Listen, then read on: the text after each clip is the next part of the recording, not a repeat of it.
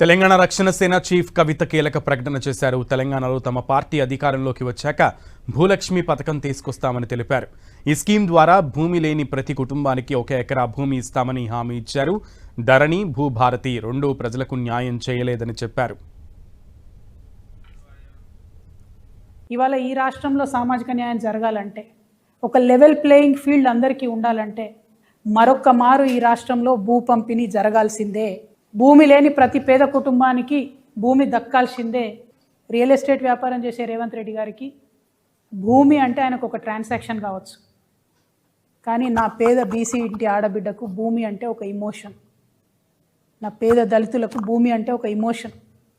నా ఆదివాసీలకు భూమి అంటే పంచ ప్రాణం. అందుకే నేను బలంగా నమ్ముతా ఉన్నా, భూమి పంపిణీ జరగాల్సిందే. తెలంగాణ రక్షణ సేన అధికారంలోకి వస్తే ఖచ్చితంగా భూమి లేని ప్రతి పేద ఇంటికి కూడా కుటుంబానికి 1 ఎకరం చొప్పున మేము భూలక్ష్మి పథకం పేరుతోని భూ పంపిణీ చేయడం జరుగుతుంది. 1 ఏకర్ 1 ఫ్యామిలీ ఇవ్వగలుగుతాం. ఉంది ల్యాండ్, ఇచ్చే మనసు ఉండాలి.